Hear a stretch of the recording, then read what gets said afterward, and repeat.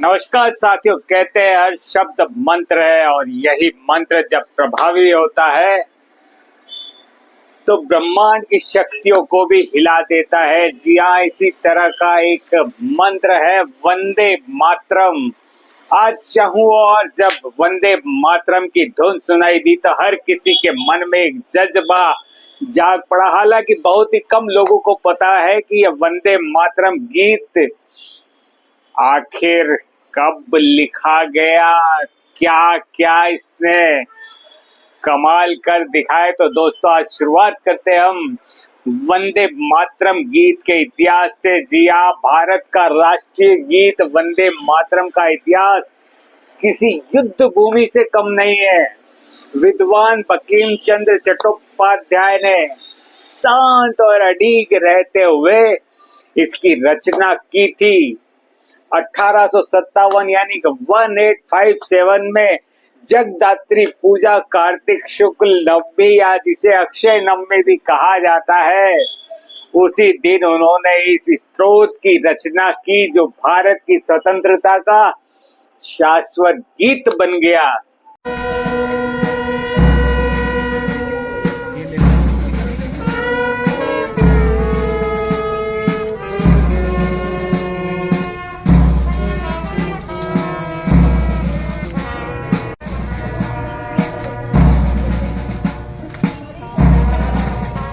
सांस्कृतिक राष्ट्रवाद की प्रथम उद्घोषणा के रूप में स्वीकार किया गया।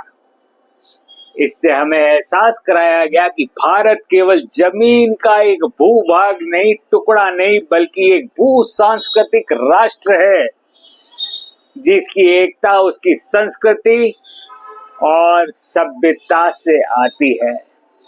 यह केवल भूभाग नहीं बल्कि तीर्थ है, स्मृति है, त्याग, शौर्य और मातृत्व से बंधी हुई पवित्र भूमि है।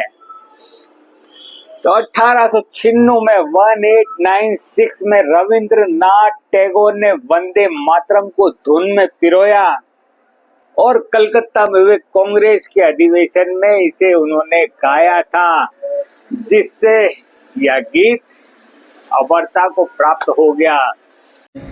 राजगीत को हम धूम से राजगीत 7 नवंबर 1875 में लिखा गया है। भारीचंद चट्टोपाध्याय के दिमाग में एक रचना आई होगी, कल्पना की होगी कि भारत माता है, ये कोई धरती का टुकड़ा नहीं है, ये साक्षात माँ है।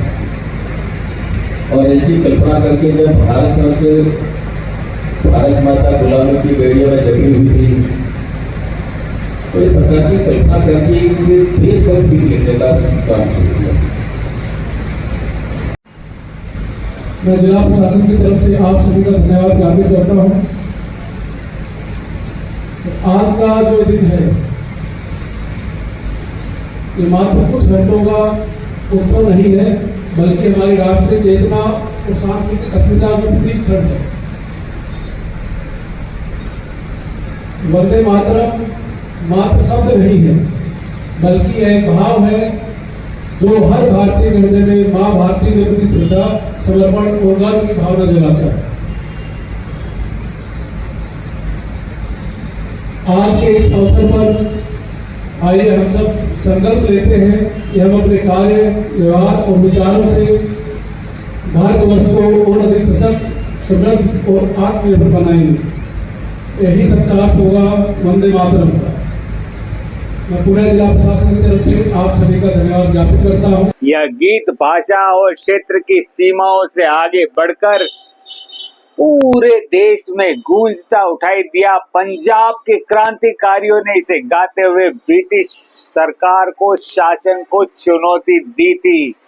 1905 में बंग भंग के दौरान बंगाल में आंदोलन हुआ तो लोगों की जुबां पर वंदे मातरम था। तो ब्रिटिश हुकूमत ने इसके सामूहिक पाठ पर प्रतिबंध लगा दिया। लेकिन 1906 में जब 22 साल में हजारों लोगों ने वंदे मातरम का गान किया तो एक तरफ पुलिस की लाठियां बरस रही थी, स्त्री पुरुष लहूलुहान हुए थे, लेकिन उनकी जुबान पर वंदे मातरम ही था। तो यह जज्बा और यह मंत्र। और दोस्तों, आपको जानकर आश्चर्य होगा कि चाहे अशफाक उल्लाह खान रहे हो, चंद्रशेखर आजाद रहे हुए हो, या सुभाष चंद्र बोस की आजाद हिंद सेना, सभी की जुबान पर वंदे मातरम था। तो दोस्तों, यह वंदे मातरम सिर्फ एक शब्द ही नहीं, वरन वो मंत्र है जो आपकी सोई हुई आत्मा को जगा सकता है।